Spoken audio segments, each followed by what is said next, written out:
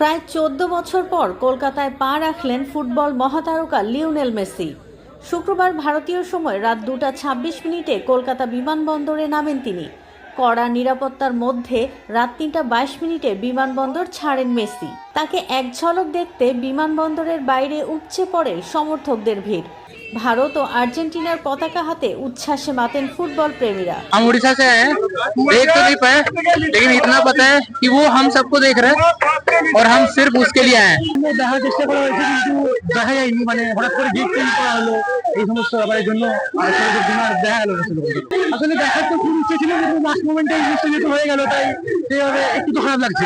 মেসির ভারত সফরের নাম দেওয়া হয়েছে গোট ট্যুর অফ ইন্ডিয়া।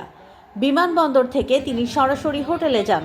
কয়েক ঘন্টা বিশ্রামের পর শনিবার যুব ভারতী স্টেডিয়ামে একাধিক অনুষ্ঠানে অংশ নেবেন মেসি।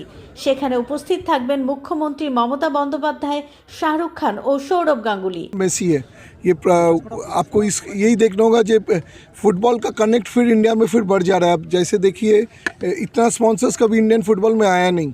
आप बोल सकते हो मेसी है बोलकर, लेकिन ठीक है इसका 10% भी इंडियन फुटबॉल में आएगा तब भी तो बहुत बड़ा बात होगा इंडियन फुटबॉल के लिए। वो मैं नहीं जानता, जो बोल रहे हैं आप उससे पूछिए, मैं तो वो नहीं बोल सकता। वो मेरा स्पॉन्सर्ड इवेंट है। बाकी देखिए पैसा छोड़ के तो कोई आएगा नहीं ना। कोई आप इंडियन क्रिकेटर भी तो पैसा छोड़ के IPL नहीं खेलता है ना, तो मेसी भी तो प्रोफेशनल है। वर्चुअली होगा, वर्चुअली भी तो बहुत बड़ा, वो खुद देखेगा उसका स्टैचू, ये भी तो बहुत बड़ा बात है ना। শনিবার দুপুর 2টায় কলকাতা ছাড়বেন মেসি।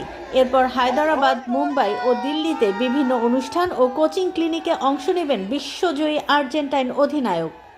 কয়েক ঘন্টার এই সফরেই শহর জুড়ে তৈরি হয়েছে ফুটবল উৎসবের আবহ।